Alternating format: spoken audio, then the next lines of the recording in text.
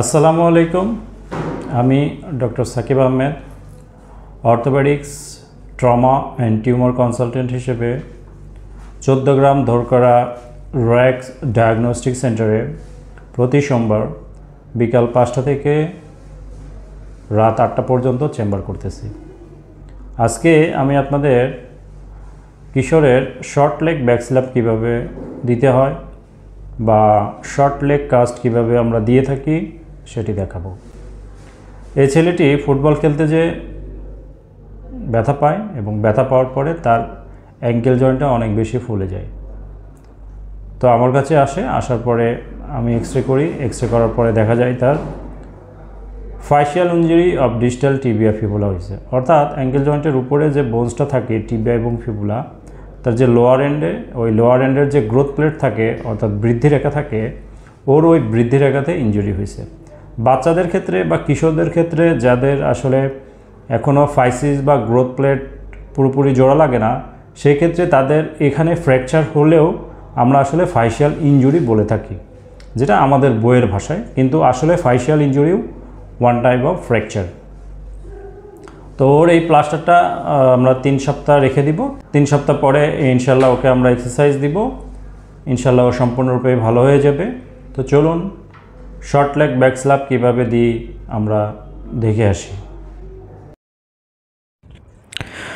Short leg back slap দেওয়ার ক্ষেত্রে আগে আমাকে পায়ের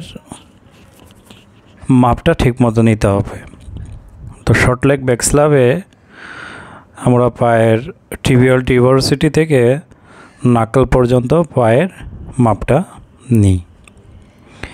পায়ের মাপ নেওয়ার পরে আমরা জিপসনা বা পপ ব্যান্ডের লেয়ার তৈরি করি। এই লেয়ারগুলো আমরা 18 থেকে 22 লেয়ার দিয়ে থাকি পায়ের ক্ষেত্রে। প্লাস্টার অফ প্যারিস বা পপ ব্যান্ড লেয়ার তৈরি করার ক্ষেত্রে ইউনিফর্ম লেয়ার তৈরি করলেই প্লাস্টারটা সুন্দর হয়। তো ইউনিফর্ম লেয়ার তৈরি করার ক্ষেত্রে আমি এভাবেই করি, একটার পর একটা লেয়ার দিয়ে দিই।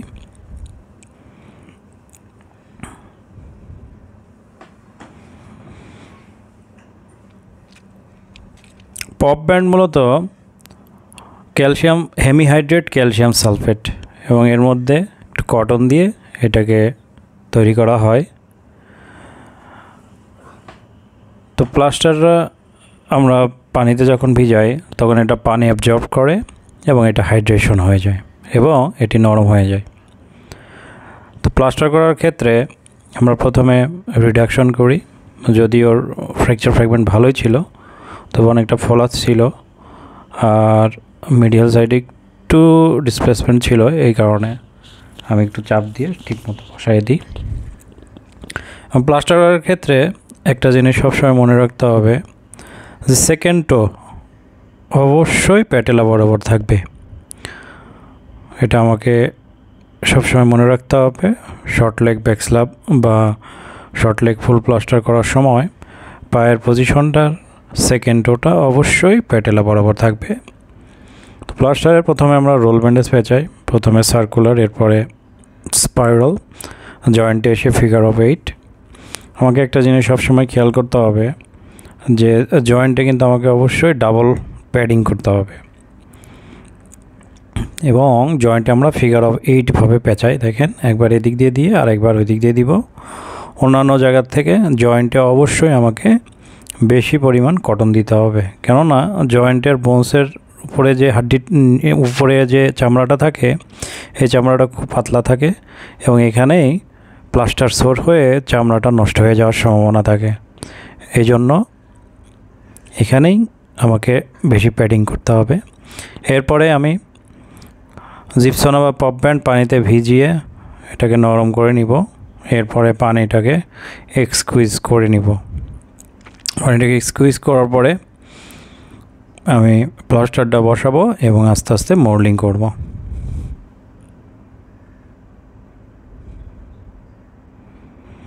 তো আমার অ্যাসিস্ট্যান্ট জুয়েল ও খুব সুন্দরভাবে আমাকে সহযোগিতা করে। যদিও নতুন।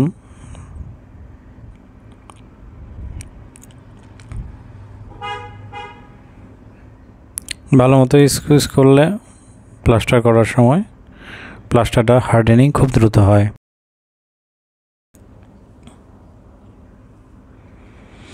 এবার প্লাস্টারটা আমি দিয়ে দিব, সুন্দর মতো ধরে প্লাস্টারটা আমি পিছন দিক দিয়ে দিব। এটা আসলে আমরা ব্যাক স্ল্যাব বলি, এটা কিন্তু ফুল প্লাস্টার না। এরপরে আমরা রোল ব্যান্ডেজ পেঁচাই। তো রোল ব্যান্ডেজ পেঁচানোর সময়ও খেয়াল করতে হবে আমাকে যে অনেক বেশি টাইট দেওয়া যাবে না, অনেক বেশি লুজও দেওয়া যাবে না। অনেক বেশি লুজ দিলে ফ্র্যাকচার ফ্র্যাগমেন্টের মুভমেন্ট হয়, আবার অনেক বেশি টাইট দিলে কম্পার্টমেন্ট সিনড্রোম ডেভেলপ করে স্কিন নেক্রোসিস হয়ে যায়।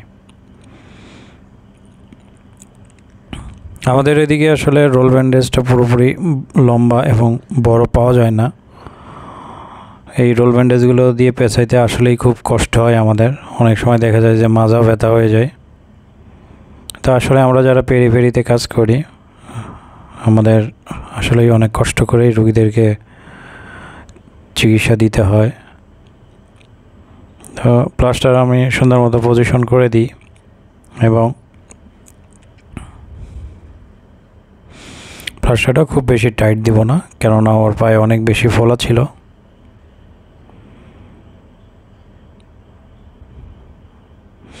প্লাস্টার শক্ত হতে একটু সময় দিচ্ছি।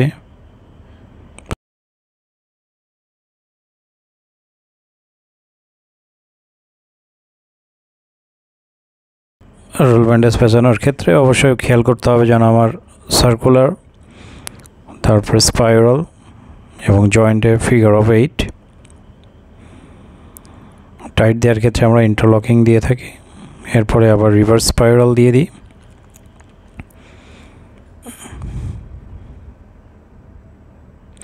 অনেকেই আছেন যারা মেডিকেল প্রফেশনাল না, তারা এই প্লাস্টার দেখে প্লাস্টার করতে যান।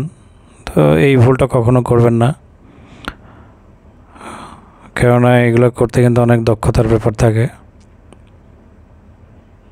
কবিরাজরা এগুলো দেখে দেখে করে, করার পরে দেখা যায় যে চামড়া, স্কিন সব নষ্ট করে আমাদের কাছে রুগীরা নিয়ে আসে। অনেক সময় দেখা যায় কম্পার্টমেন্ট সিনড্রোমে রুগীর পায়ের 12টা বাজায় তারপরে নিয়ে আসে। তো ডিস্টাল টিবিয়া ফিবুলা ফ্র্যাকচারের ক্ষেত্রে আমরা শর্ট লেগ ব্যাক স্ল্যাব দিয়ে দিই। যেহেতু ওর ফাইসিয়াল টাইপ 1 ইঞ্জুরি ছিল, এটা 3 সপ্তাহ রাখলে ইনশাল্লাহ ওর এটা সম্পূর্ণরূপে ঠিক হয়ে যাবে। আর ওকে বলছি প্লাস্টারটা যেন না ভিজায়।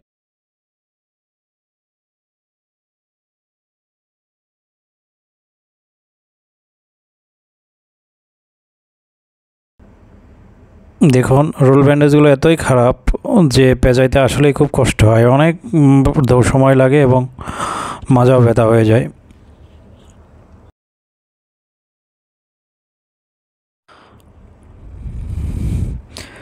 ওর ফাইসিয়াল ইনজুরি বা গ্রোথ প্লেট ইনজুরির ক্ষেত্রে আমরা প্রথমে ব্যাক স্ল্যাব দিয়ে দিই, এরপরে আমরা আবার রিপিট এক্সরে করাই। রিপিট এক্সরে করার পরে যদি দেখি আল্লাহর মধ্যে ভালো আছে, আলহামদুলিল্লাহ। যদি ভালো না থাকে তখন আমরা অপারেশনের সিদ্ধান্তে যাই। তো আমরা এই প্লাস্টারটা দেখলেন তো কীভাবে করি, এবং রুগীকে বলি পায়ের মুভমেন্ট করতে। পায়ের মুভমেন্ট করলে এবং পাটা রিল্যাক্স রাখলে প্লাস্টারটা খুব সুন্দর মতো হয়। তো এভাবেই আমরা শর্ট লেগ ব্যাক স্ল্যাব দিয়ে থাকি। তো শর্ট লেগ ব্যাক স্ল্যাব দেওয়ার ক্ষেত্রে অবশ্যই একটা জিনিস খেয়াল করতে হবে, অনেক বেশি টাইট দেওয়া যাবে না।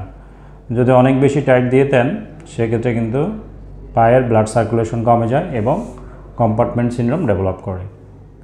অর্থাৎ প্লাস্টার করার ক্ষেত্রে আমরা একটা জিনিস সবসময় মনে রাখি, সেটা হলো not too tight, not too loose. অর্থাৎ খুব বেশি জোরে টাইটও দেওয়া যাবে না এবং খুব লুজও দিয়ে প্লাস্টার করে রাখা যাবে না।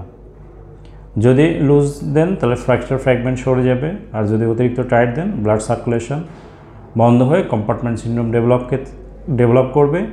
সেই ক্ষেত্রে আপনি আপনার রোগীর পাটা হারানোর সম্ভাবনা থাকে। তো আমার এই বাচ্চা ছেলেটাও ইনশাল্লাহ খুব দ্রুত ভালো হয়ে যাবে, ওর জন্য দোয়া করবেন। আর যে কোনো আঘাতজনিত কারণে অবশ্যই অর্থোপেডিক সার্জনদের কাছে আসুন, সঠিক চিকিৎসা নিন, ভালো থাকুন। তো আমার এই ভিডিওটি দেখে যদি ভালো লেগে থাকে অবশ্যই লাইক, কমেন্ট এবং শেয়ার করবেন। আর আমার চ্যানেলে যারা নতুন আছেন অবশ্যই সাবস্ক্রাইব করে নেবেন। যে কোনো ফ্র্যাকচারে আমরা ইনিশিয়াল যে ট্রিটমেন্টটা দিয়ে থাকি এটাকে আমরা রাইস থেরাপি দিয়ে থাকি। আর্তে রেস্ট, আইতে আইস অর্থাৎ ঠান্ডা ছাই, সিতে কম্প্রেশন, সেটা আমরা প্লাস্টার দিয়েও দিতে পারি বা ক্রে ব্যান্ডেজ দিয়েও দিতে পারি, এবং ইতে ইলিভেশন অর্থাৎ পাটাকে আমরা উঁচু করে রাখবো। তো এই প্লাস্টার করার পরে ও পাটা পায়ের নিচে বালিশ দিয়ে উঁচু করে রাখবে, পাটা ঝুলায় গিয়ে কখনো বসবে না, এবং হাঁটাহাঁটির ক্ষেত্রে সে অ্যাক্সিলারি ক্রাচ ব্যবহার করবে। আমরা যে হাতা দিয়ে দিই, হাতা দিয়ে দিয়েও আস্তে আস্তে হাঁটতে পারবে। যে পায়ে ভাঙছে বা যে পায়ে প্লাস্টার দিছি আমরা, এই পায়ে সে ভর দিবে না। তো ইনশাল্লাহ 3 সপ্তাহ রাখলে ওর এটা ভালো হয়ে যাবে। তো সবাই ভালো থাকবেন, সুস্থ থাকবেন। আর যে কোনো অর্থোপেডিক্স রিলেটেড বা ট্রমা রিলেটেড বা ভাঙা রিলেটেড যদি কোনো প্রশ্ন থাকে অবশ্যই কমেন্ট করে জানাবেন। ধন্যবাদ সবাইকে।